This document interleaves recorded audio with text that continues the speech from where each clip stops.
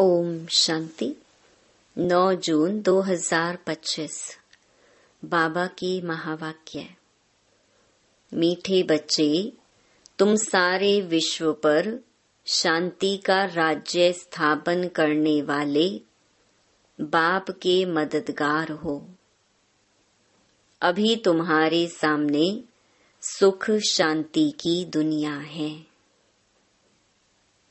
प्रश्न: बाप बच्चों को किस लिए पढ़ाते हैं? पढ़ाई का सार क्या है? उत्तर: बाप अपने बच्चों को स्वर्ग का प्रिंस, विश्व का मालिक बनाने के लिए पढ़ाते हैं। बाप कहते हैं, बच्चे, पढ़ाई का सार है दुनिया की सब बातों को छोड़ दो। ऐसे कभी नहीं समझो हमारे पास करोड़ हैं, लाख हैं, कुछ भी हाथ में नहीं आएगा, इसीलिए अच्छी रीति पुरुषार्थ करो, पढ़ाई पर ध्यान दो। गीत: आखिर वह दिन आया आज। ओम शांति। बच्चों ने गीत सुना, आखिर विश्व पर शांति का समय आया। सब कहते हैं, विश्व में कैसे शांति हो? फिर जो ठीक राय देते हैं उन्हों को इनाम देते हैं। नेहरू भी राय देते थे, शांति तो हुई नहीं, सिर्फ राय देकर गए। अभी तुम बच्चों की बुद्धि में है कि कोई समय सारे विश्व भर में सुख, शांति, संपत्ति आदि थी। वह अभी नहीं है, अब फिर होने वाली है। चक्कर तो फिरेगा ना। यह तुम संगम युगी ब्राह्मणों की बुद्धि में है। तुम जानते हो, भारत फिर सोने का बनना है। भारत को ही गोल्डन स्पैरो, सोने की चिड़िया कहा जाता है। भल महिमा तो करते हैं, परंतु सिर्फ कहने मात्र। तुम तो अभी प्रैक्टिकल में पुरुषार्थ कर रहे हो। जानते हो बाकी थोड़े रोज हैं तो यह सब नरक के दुख की बातें भूल जाती हैं। तुम्हारी बुद्धि में अब सुख की दुनिया सामने खड़ी है। जैसे आगे विलायत से आते थे तो समझते थे अभी बाकी थोड़ा समय है पहुंचने में, क्योंकि आगे विलायत से आने में बहुत टाइम लगता था। अभी तो एरोप्लेन में जल्दी पहुंच जाते हैं। अभी तुम बच्चों की बुद्धि में है कि अब हमारे सुख के दिन आने हैं, जिसके लिए पुरुषार्थ कर रहे हैं। बाबा ने पुरुषार्थ भी बहुत सहज बताया है। ड्रामा अनुसार कल्प पहले मुहाफिक, यह सर्टेन है। तुम देवता थे, देवताओं के कितने ढेर के ढेर मंदिर बन रहे हैं। बच्चे जानते हैं यह मंदिर आदि बनाकर क्या करेंगे। बाकी दिन कितने हैं। तुम बच्चे नॉलेज की अथॉरिटी हो। कहा भी जाता है परमपिता परमात्मा सर्वशक्तिमान ऑल माइटी अथॉरिटी है। तुम ज्ञान की अथॉरिटी हो, वह है भक्ति की अथॉरिटी। बाप को कहा जाता है ऑलमाइटी अथॉरिटी। तुम बच्चे नंबर वार पुरुषार्थ अनुसार बन रहे हो। तुमको सृष्टि के आदि मध्य अंत का ज्ञान है। जानते हो हम पुरुषार्थ कर रहे हैं बाप से वर्षा पाने का। जो भक्ति की अथॉरिटी हैं वो सबको भक्ति ही सुनाते हैं। तुम ज्ञान की अथॉरिटी हो तो ज्ञान ही सुनाते हो। सतयुग में भक्ति होती ही नहीं, पुजारी एक भी होता नहीं, पूज्य ही पूज्य हैं। आधा कल्प है पूज्य, आधा कल्प है पुजारी। भारतवासियों के लिए ही है पूज्य थे तो स्वर्ग था। अभी भारत पुजारी नर्क है। तुम बच्चे अब प्रैक्टिकल लाइफ बना रहे हो। नंबरवार पुरुषार्थ अनुसार सबको समझाते रहते हो और वृद्धि को पाते रहते हो। ड्रामा में पहले से ही नोंद है। ड्रामा तुमको पुरुषार्थ कराते रहते हैं, तुम करते रहते हो। जानते हो ड्रामा में हमारा अविनाशी पार्ट है। दुनिया इन बातों को क्या जाने, हमारा ही ड्रामा में पार्ट है। जो कहेगा वही समझेगा ना कि कैसे हमारा इस ड्रामा में पार्ट है। यह सृष्टि चक्कर फिरता ही रहता है। यह वर्ल्ड की हिस्ट्री ज्योग्राफी तुम्हारे सिवाय और कोई को मालूम नहीं है। ऊंच ते ऊंच कौन है दुनिया में कोई नहीं जानते हैं।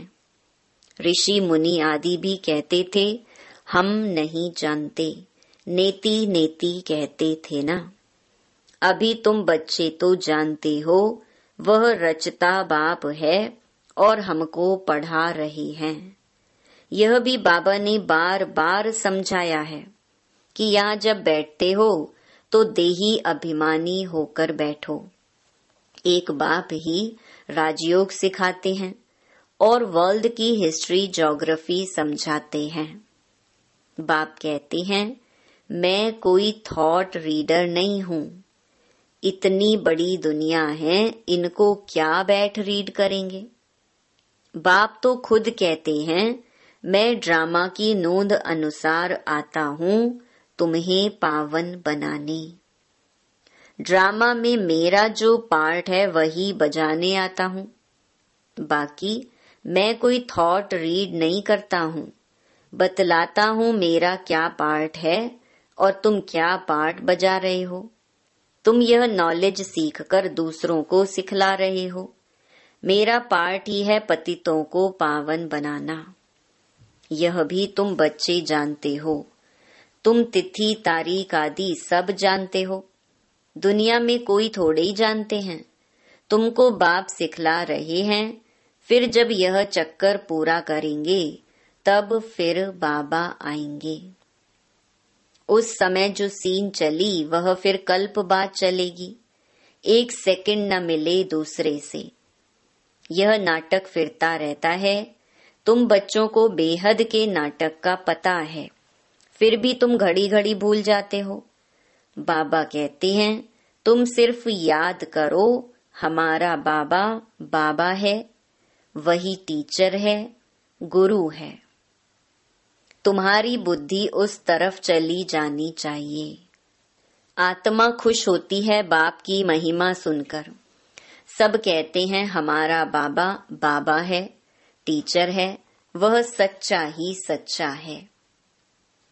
पढ़ाई भी सच्ची और पूरी है। उन मनुष्यों की पढ़ाई अधूरी है। तो तुम बच्चों की बुद्धि में कितनी खुशी होनी चाहिए।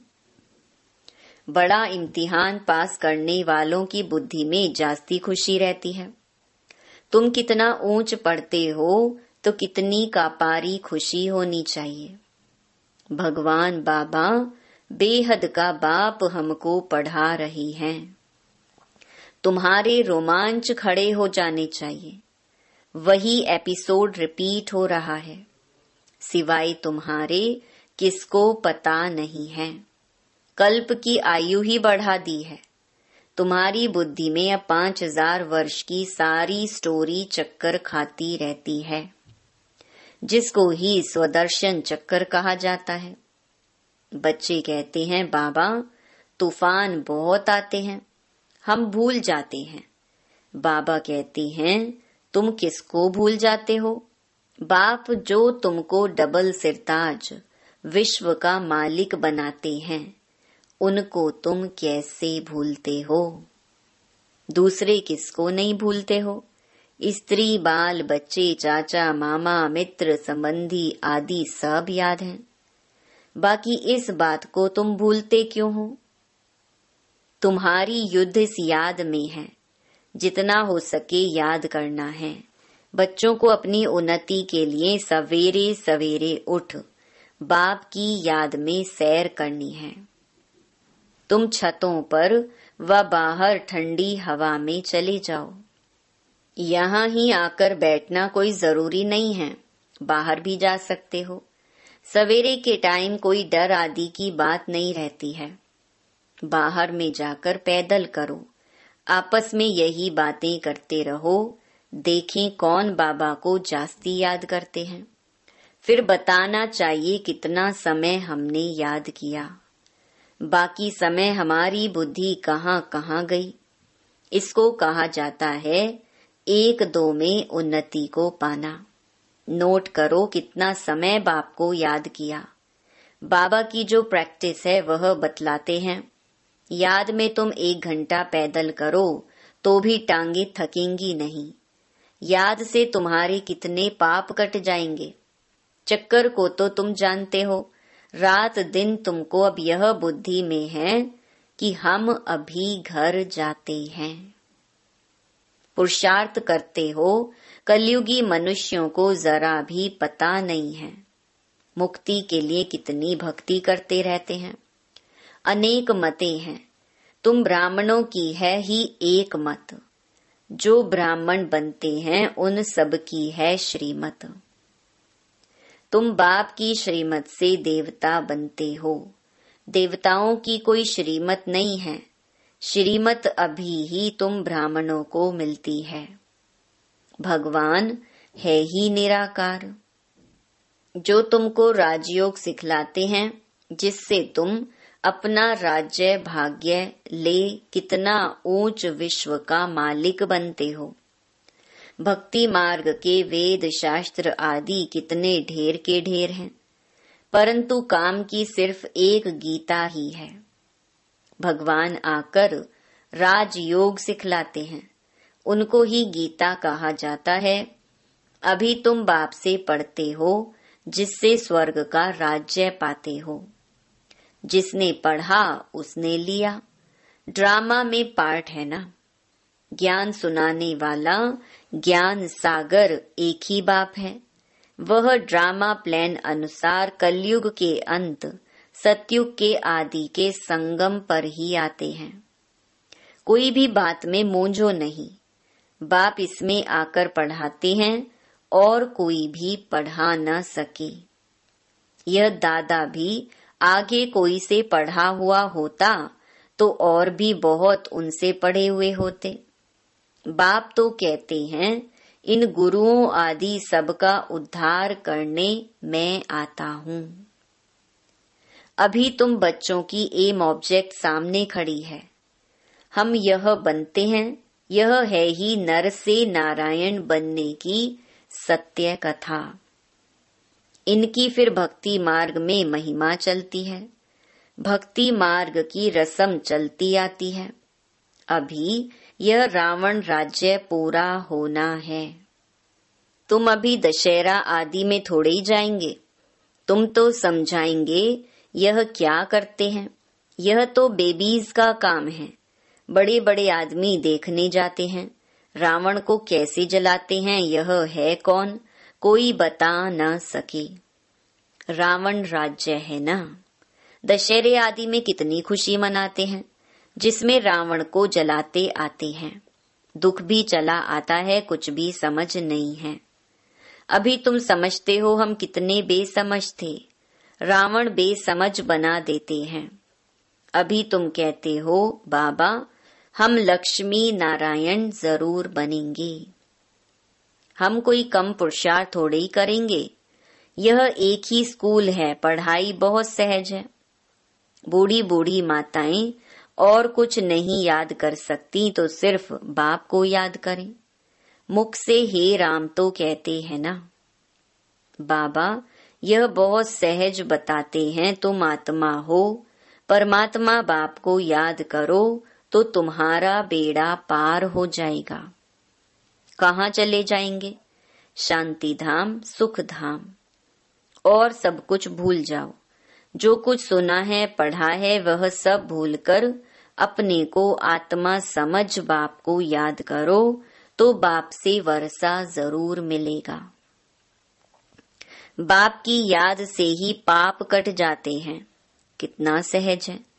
कहते भी हैं भ्रकुटी के बीच चमकता है सितारा। तो जरूर इतनी छोटी आत्मा होगी ना।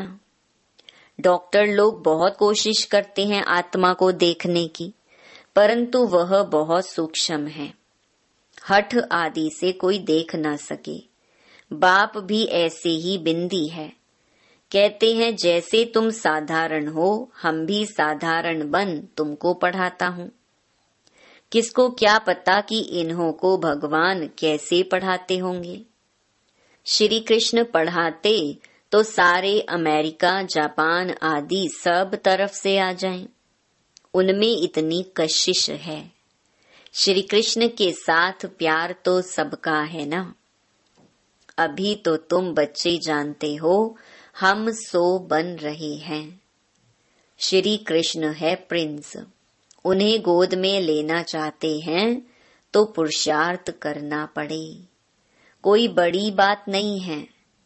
बाप अपने बच्चों को स्वर्ग का प्रिंस, विश्व का मालिक बनाने के लिए पढ़ाते हैं। बाप कहते हैं बच्चे, पढ़ाई का सार है, दुनिया की सब बातों को छोड़ दो। ऐसे कभी नहीं समझो कि हमारे पास करोड़ हैं, लाख हैं, कुछ भी हाथ में नहीं आएगा, इसलिए अच्छी रीति पुरुषार्थ करो। बाप के पास आते हैं तो बाप उल्हना देते हैं। 8 मास से आते हो और बाप जिनसे स्वर्ग की बादशाही मिलती है, उनसे इतना समय मिले भी नहीं। कहते बाबा फलाना काम था। अरे तुम मर जाते फिर यहाँ कैसे आते। यह बहाने थोड़े चल सकेंगे। बाप राजयोग सिखा रहे हैं और तुम सीखते नहीं। जिसने बहुत भक्ति की होगी उनको 7 रोज तो क्या, 1 सेकंड में भी तीर लग जाए। सेकंड में विश्व का मालिक बन सकते हैं। यह खुद अनुभवी बैठा है। विनाश देखा, चतुर्भुज रूप देखा, बस समझने लगा, ओहो हम विश्व के मालिक बनते हैं। साक्षात्कार हुआ, उमंग आया और सब कुछ छोड़ दिया। यहाँ तुम बच्चों को मालूम पड़ा बाप आए हैं विश्व की बादशाही देने। बाप पूछते हैं निश्चय कब हुआ, तो कहते हैं 8 मास। बाबा ने समझाया है मूल बात है याद और ज्ञान, बाकी तो दीदार कोई काम का नहीं। बाप को पहचान लिया तो फिर पढ़ना शुरू करो तो तुम भी यह बन जाएंगे। पॉइंट्स मिलती हैं जो कोई को भी समझा सकते हो। बहुत मिठास से समझाओ। शिव बाबा जो पतित पावन हैं, कहते हैं मुझे याद करो तो पावन बन, पावन दुनिया का मालिक बन जाएंगे। युक्ति से समझाना है। तुम चाहते हो ना गॉड फादर लिबरेट कर स्वीट होम वापस ले जाएं। अच्छा, अब तुम्हारे ऊपर जो कट जंक चढ़ी हुई है, उसके लिए बाप कहते हैं मुझे याद करो। अच्छा, मीठे मीठे सिकिलधे बच्चों प्रति मात पिता बाप दादा का याद प्यार और गुड मॉर्निंग। रूहानी बाप की रूहानी बच्चों को नमस्ते। धारणा के लिए मुख्य सार। पहला, सवेरे सवेरे उठ पैदल करते बाप को याद करो। आपस में यही मीठी रूह रिहान करो कि देखें कौन कितना समय बाबा को याद करता है। फिर अपना अनुभव सुनाओ। दूसरा, बाप को पहचान लिया तो फिर कोई बहाना नहीं देना है, पढ़ाई में लग जाना है। मुरली कभी मिस नहीं करनी है। वरदान, सर्व के गुण देखते हुए स्वयं में बाप के गुणों को धारण करने वाले गुण मूरत भव। संगम युग पर जो बच्चे गुणों की माला धारण करते हैं वही विजय माला में आते हैं। इसीलिए होली हंस बन सर्व के गुणों को देखो और एक बाप के गुणों को स्वयं में धारण करो। यह गुणमाला सभी के गले में पड़ी हुई हो। जो जितने बाप के गुण स्वयं में धारण करते हैं उनके गले में उतनी बड़ी माला पड़ती है। गुणमाला को सिमरन करने से स्वयं भी गुण मूर्त बन जाते हैं। इसी की यादगार में देवताओं और शक्तियों के गले में माला दिखाते हैं। स्लोगन: साक्षीपन की स्थिति ही यथार्थ निर्णय का तख्त है। अव्यक्त इशारे: आत्मिक स्थिति में रहने का अभ्यास करो, अंतर्मुखी बनो। अंतर्मुखी होकर कार्य करने से विघ्नों से, व्यर्थ संकल्पों से बच जाएंगे और समय भी बहुत बच जाएगा। जो अंतर्मुखी रहते हैं उनमें स्मृति की समर्थी भी आती है और आत्मा रूपी नेत्र पावरफुल बनता जाता है, जिससे यदि कोई भी विघ्न आने वाला होगा तो यह महसूसता आएगी कि आज कोई पेपर होने वाला है। और जितना पहले से मालूम पड़ता जाएगा तो होशियार होने के कारण सफलता पा लेंगे। अच्छा, ओम शांति।